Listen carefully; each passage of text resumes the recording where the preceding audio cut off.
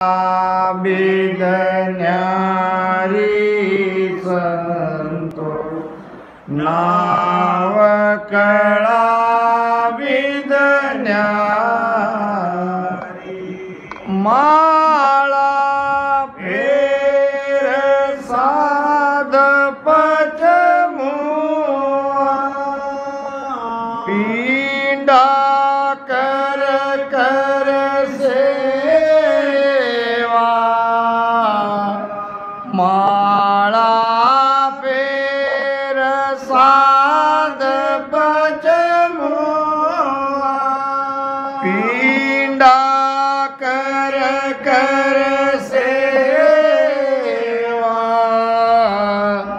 अर्थ करे कर ज्ञानी थाका नेकन पायो भेवा अर्थ करे कर ज्ञानी थाका नेकन पायो भेवा नाव कळा विद न्यारी संतो नाव कळा विद न्यारी जो जाने सो पार पहुँचा और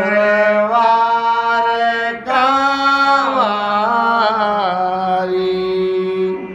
नाव कळा बिद न्यारी संतो नाव कळा बिद न्यारी नाव कळा बिद न्यारी संतो नाव कळा बिद न्यारी बिद नाम विधि पद्धत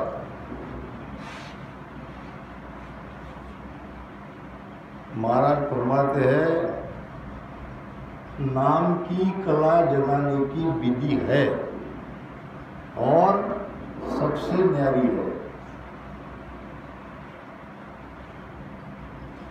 जैसे धन धन कहने से धन नहीं मिलता, धन धन कहने से धन नहीं मिलता। धन कमाने की कला होती है, धन कमाने की कला होती है। अमेरिका में एक धनाढ्य सेठ था जिसका नाम था कारकोगी। कारकोगी इतना धनाढ्य सेठ था, कई करोड़ में उसका पूरे जगत में व्यवहार उनका फैला था। टेबल पे पुराने जमाने के ऐसे टेलीफोन लगे हुए थे, वो बॉक्स के रहते ना, और वो रिसीवर उठाने के लिए उनके नौकर थे। किसका फोन आया, किसका सौदा है, क्या व्यापार है, वो उठा के उनको देते थे। अब उसी समय बात करते करते उसको आया अटैक, और अटैक आके वो मर गया। मरते मरते कई करोड़ रुपए कमा चुका था केवल फोन से, क्योंकि उसको धन कमाने की कला अवगत थी। हम देखते हैं कुछ रुपयों की मजदूरी करते हैं और अपना जीवन गुजारते हैं, क्यों कि उनके पास धन कमाने की कला नहीं है। ऐसे ही ये राम राम कहने से राम नहीं मिलेगा, राम राम बैकरी वाणी का सिमरन करने से राम नहीं मिलेगा। राम शब्द के रटन से जो सत्सबद नियंचर जागृत होता है वो जगाना है, और नियंचर जागृत करने की कला अलग है। नाव कला विद न्यारी संतो, नाव कला विद न्यारी। अब जो जाने सो पार पहुंचा। अब जिन्होंने इस कला को जाना वो भवसागर से पार हो गया। पार पहुंचा का मतलब क्या? भवसागर से बाहर हो गया, जीते जी। जिसने इस कला को जाना वो भवसागर से पार हो गया। अब किस किस को ये कला नहीं मिली? तो महाराज कहते हैं माला फेर साध पचमुआ। माला जपने वाले 108 मणि की माला रहती है। कबीर साहब कहते हैं माला तो कर में फिरे, जीव फिरे मुख माय। माला तो कर में फिरे, जीव फिरे मुख माय। मनवा तो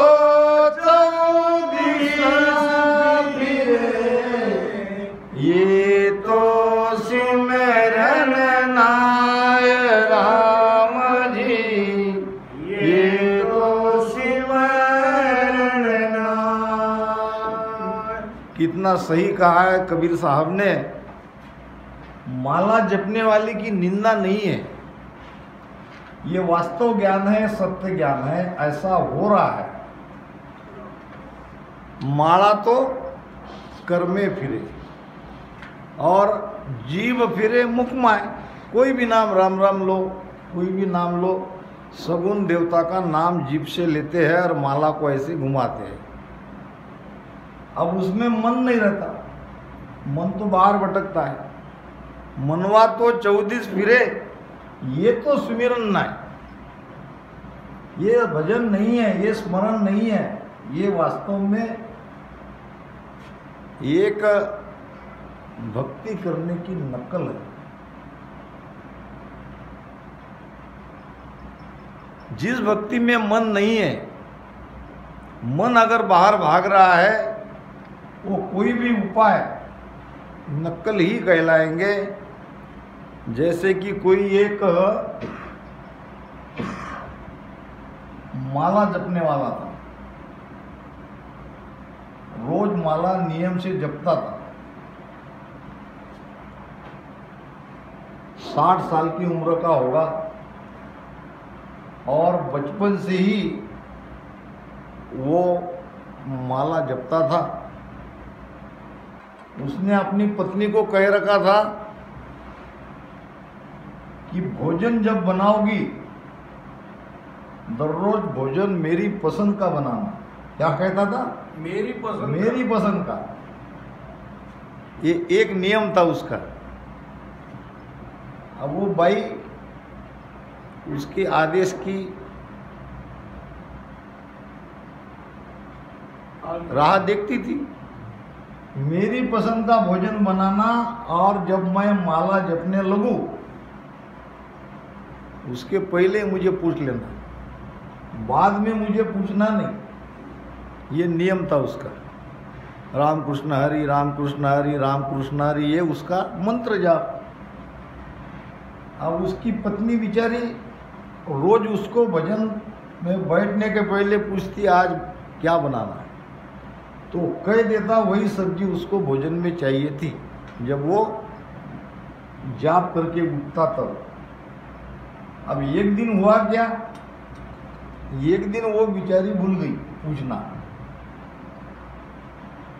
पूछना भूल गई, और ये साधु बाबा गए अपने भजन के उस रूम में जहाँ रोज भजन करते थे, किचन में नहीं, वो उसकी जगह होगी। फिर राम कृष्ण हरि, राम कृष्ण हरि, राम कृष्ण हरि। अब ये बाई को याद आया तो आज तो मैंने पूछा ही नहीं, अब क्या करें। फिर अब बाई तो बाई रहती, उसने उपाय किया, चलो देखते हैं कुछ इशारा करते हैं कि नहीं करते। अब भजन में कैसे बात तो नहीं हो सकती। तो ये एक टोकरी में 2-4 सब्जी लेके उसके सामने खड़ी रही, वो उसका चल रहा राम कृष्ण हरी राम कृष्ण हरी राम कृष्ण हरी। फिर बाई ने बताया दूर से ही सब्जी आलू। अब उसने देखा राम कृष्ण हरी राम कृष्ण हरी राम कृष्ण हरी। उसने कहा कि बात जमती है, न भी बोले मगर इशारे से ये अब आलू छोड़ दिया। फिर बताया गोभी राम कृष्ण हरी राम कृष्ण हरी। अब गोभी से भी कुछ नहीं किया तो फिर बताया बैंगन।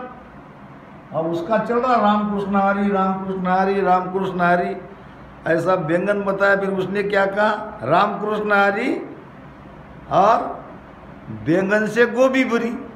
क्या कहा उसने, राम कृष्ण हरी राम कृष्ण हरी बैंगन से गोभी भरी।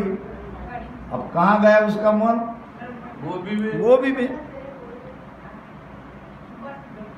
तो ऐसा अगर भजन है, सुमिरन है, नाम जप है, तो इससे परमात्मा मिलने वाले नहीं है। इसीलिए महाराज ने कहा है कि नाव कला विद न्यारी संतो।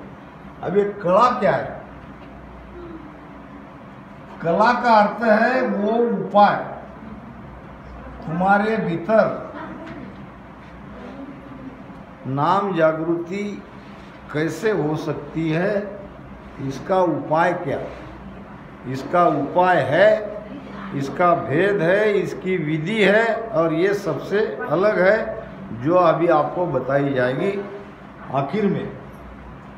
पहले तो नाम बता जाएगा ना। हाँ, पहले नाम है ना, नाव नाव नाव नाव बताओ, फिर कला बताओ, फिर विधि बताओ। हाँ, ऐसा देखो हमारे हरिचंद महाराज नाम बता दिया, नियंचर। क्या बताया मैंने, नियंचर सतशब्द। अब इसको नाव कहना क्यों पड़ रहा है, वास्तव में ये अक्षर में नहीं है, वो ठीक है, ये सत शब्द है। वो बात हाँ बातने की बात है। हाँ, वो सत शब्द है। अब इसको तुमको व्यवहार में समझाने के लिए नाव ही कहना पड़ेगा। वास्तव में वो नाम नहीं है, वो 52 अक्षर में नहीं है। इसको ही महाराज ने नाम कला कहा है। ये नियंचर जगने की कला, नियंचर कैसे जगे। अब नियंचर क्या है, कबीर साहब कहते हैं शब्द बिना सुरती आंधरी, कहो कहाँ ते जाए, द्वार न पावे शब्द का फिर भटका खाए। कबीर साहब ने जो शब्द कहा है वही नियंचर है। सुरती को चाहिए शब्द का आधार, क्योंकि सुरती हमारी संसार में मन के साथ है, फंसी हुई है। सूरत फंसी संसार में ताते रह गए दूर, सूरत बांध स्थिर करो आटो पोर हुजूर। अब सुरती को बांधना है तो सुरती को चाहिए शब्द, और हमारा विषय है शब्द कैसे जगे, शब्द की जागृति कैसे हो, यही महाराज बता रहे। पहले महाराज बता रहे कि किस किस से ये नियंचर जागृत हुआ नहीं, ये कला किस किस को जमी नहीं। भक्ति तो कर रहे, जैसे कि इसमें आया माला फेर साध पच मुआ, माला फेर फेर के पच पच के मर गए। और दूसरा पंडित, पिंडा यानी पंडित, ये पंडित सेवा करते करते मर गए। न माला जपने वाले के भीतर नियंचर प्रकट हुआ, न पंडित के भीतर प्रकट हुआ। अर्थ करे कर ज्ञानी था का। अब ज्ञानी जो है ये अर्थ करके करते थक गए। ज्ञानी अर्थ माय जो जोवे, वो अर्था सुन्यारा। क्यों कर मिले पंडित को सायब, सत स्वरूप विचारा। तो न माला फेरने वालों को मिला, न पंडित को मिला, न ज्ञानी को मिला। ज्ञानी क्या? विद्वान, एक एक शब्द का अनेक तरह का अर्थ निकालने वाले, ये सब ज्ञानी तो है। महाराज कहते हैं, सुखराम जी महाराज, सतगुरु क्यों कर जानिए, भेद बताओ मोय, ज्ञानी तो सुख राम कहे, नाना विद का हो। ज्ञानी तो आपको कहीं मिलेंगे, आपको साधु संत भी कई मिलेंगे, मगर इसमें वो कला जगाने वाले बिरले हैं। नाम की कला जगा, नाम की कला क्या? एक हाथ पंखा रहता है, उधर यूपी साइड में ज़्यादा है, ऐसा ऐसा ऐसा हाथ की, और एक रहता है ये पंखा। हाथ पंखा को जितना तुम चलाओगे सीमित मात्रा में हवा मिलेगी, तुम्हारे हाथ दुखने लगे तो पंखा तुम्हारा बंद। मगर ये इलेक्ट्रिक पंखा है, एक बटन दबा दिया कि बिल्कुल ठंडी ठंडी हवा शुरू हो। दूसरा प्रमाण, इंजन को हैंडल से चलाया जाता है। जब वो पिस्टन रहते ना इंजन के, जब वो स्पीड पकड़ लेता है तो वो हैंडल निकाल लेते हैं, फिर बार बार उसको हैंडल लगाने की जरूरत है।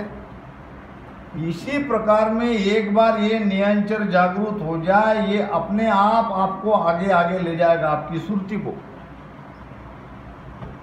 और ये जगाने की कला जो है उसकी विधि अलग है, ये महाराज कह रहे। अब दूसरा कहेंगे महाराज, राग छत्तीस राग बंद गावे, गुण प्रगटावे लाए, रामा राग छत्तीस राग बंद गावे, गुण प्रगटावे लाई, पच पच मुआ रात दिन सारा, पच पच मुआ रात दिन सारा, कुदरत कला न पाई संतो, नाव कला बिद न्यारी, जो जाने सो पार पहुँचा, जो जाने सो पार पहुँचा, और वार का वारी संतो, नाव कला बिद न्यारी। दूसरा प्रमाण, ये राग गाने वाले रहते ना संगीतज्ञ, पहले हमारे भारत देश में तानसेन थे। तानसेन मेघ मल्हार राग गाते थे। मेघ मल्हार राग गाने से जब चाहे तब बारिश होती। तानसेन ने मेघ मल्हार राग गाया कि बारिश हुई, वो बारिश का समय रहो मत रहो, इतना गुण था। हमारे देश में ऐसे गुणी होके गए। और दूसरा, राजा विक्रम उज्जैनी का। ये कौन सा राग गाता था? दीपक राग। दीप राग। दीप राग गाने से क्या होता है? अपने आप पूरे नगरी के उज्जैनी के दिए जल जाते थे, जलाने की आवश्यकता नहीं थी। और भी कई राग गाने वाले थे। 6 प्रकार के राग है और हर एक राग की 6 रागिनी है। तो महाराज कहते हैं कि 36 प्रकार के राग गाओ और वो गुण आप प्रकट करो, फिर भी ये कुदरत कला नहीं जगेगी। राग 36 राग बंद गावे, गुण प्रगटावे लाई। और 55 मुआ रात दिन सारा, कुदरत कला न पाई। अब ये कुदरत कला को समझो क्या है।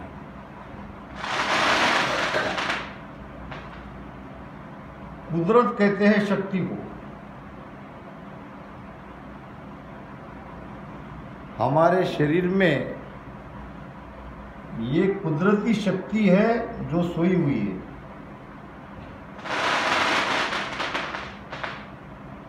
अगर ये शक्ति हम जगा ले तो दुनिया में हमारे शरीर का दूसरा कोई नहीं।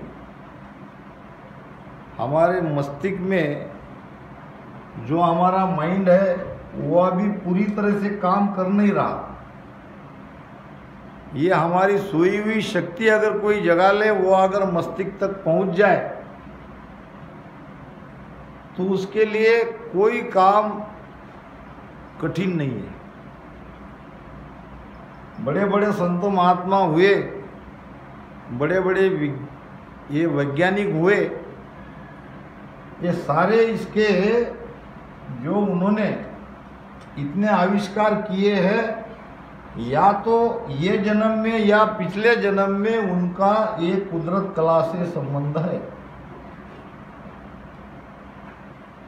मूलाधार में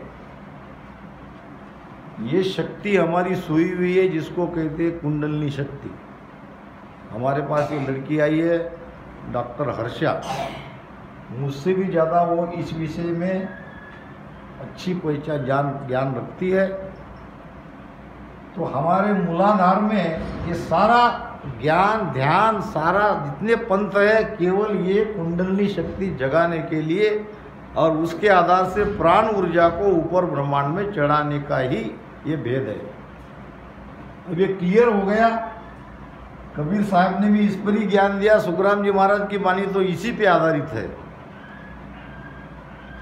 लिंग स्थान और गुदा स्थान के बीच में ऐसी 4 अंगल की जगह है। वहां पे सुषुम्ना का, ये सुषुम्ना नाड़ी है, रीढ़ की हड्डी के अंदर से ये सुषुम्ना नाड़ी गई है। और ये कोई रक्त वाहिनियां नहीं है, ये हमारी ईड़ा पिंगड़ा दोनों चल रही है। और ये ईड़ा पिंगड़ा से हमको सुषुम्ना नाड़ी को जगाना है। और सुषुम्ना नाड़ी का मुख है बंद। कोई कहते हैं उसको नागिन, कोई कहते हैं उसको कुंडलिनी, कोई कहते हैं उसको शेषनाग। तो नागिन ने इस रास्ते को बंद करके रखा है। वो रास्ते को खोलना ही नाम कला जगाना है। अब क्या है नाम कला? फिर कुंडलिनी को जगाओ, और केवल जगाओ नहीं, कुंडलिनी जागृत होने पर ये सुषुम्ना नाड़ी तुम्हारी खुल गई। अब सुषुम्ना नाड़ी से प्राण ऊर्जा को धीरे धीरे धीरे धीरे ऊपर चढ़ाओ। इस पे 6 चक्र है। 6 चक्र तक योगी गए हैं, 7वें और 8वें चक्र तक सुखराम जी महाराज और कबीर साहब गए। यही भेद है। चाहे कोई कबीरपंथी आ जाओ, कोई सुखराम जी महाराज आ जाओ, चर्चा करो, मैं पूरा उनको महाराज के ज्ञान के आधार से बता दूंगा। अभी तो बड़े बड़े यहाँ पे आए ही गए। तो कुंडलिनी जगाने को ही नियंचर जागृत करना कहते हैं, उसी को नाव कला जगाना कहते हैं। और ये बड़ा कठिन है, ये आसान नहीं है। नाम कला विद न्यारी संतो, नाम कला विद न्यारी। आगे महाराज आएंगे पूरी इस पे। महाराज ने क्या उसका उपाय बताया। तो हमने अब समझ लिया कि ये राग पैदा कर सकते हैं, गुण प्रकट कर सकते हैं, मगर कुंडलिनी नहीं जगा सकते। इसके लिए चाहिए सद्गुरु, भेदी सद्गुरु चाहिए, वही आपको ये भेद बताएंगे।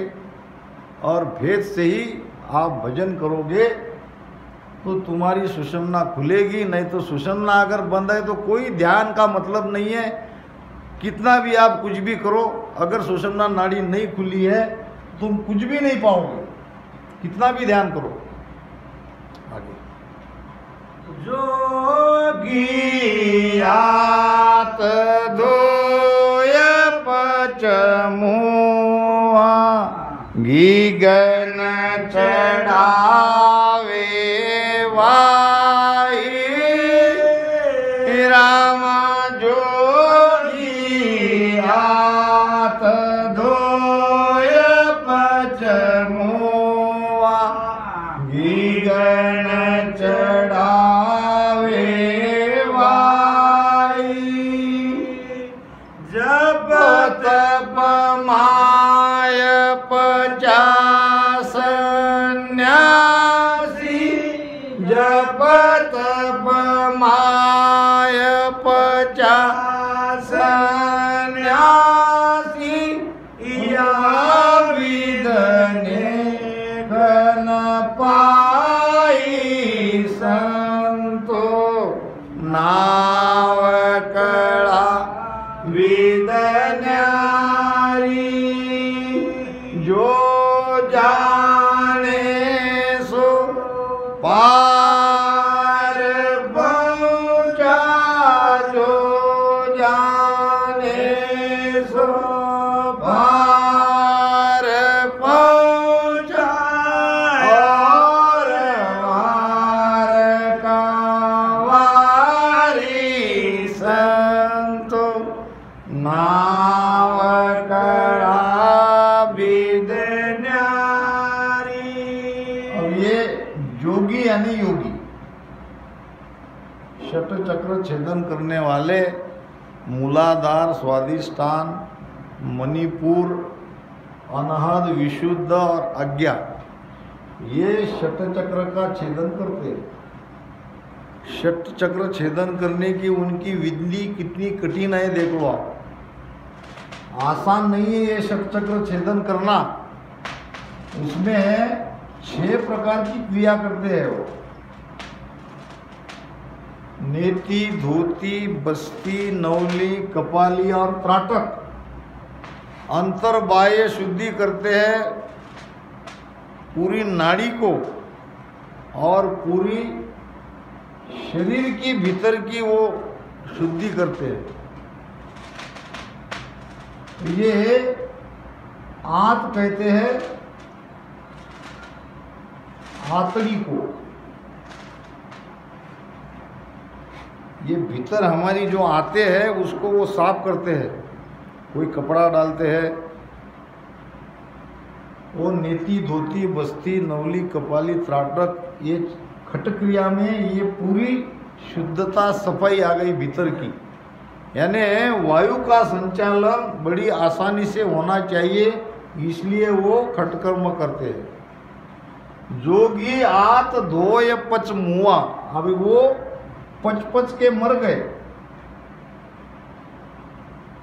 जोगी आत धोय पच मुआ गिगन चढ़ावे वायु, वायु को, ब्रह्मांड को, श्वासा को ऊपर चढ़ाते हैं। ऐसे सीधे ऊपर श्वासा खींचते हैं और ऊपर ब्रह्मांड में चढ़ाते हैं।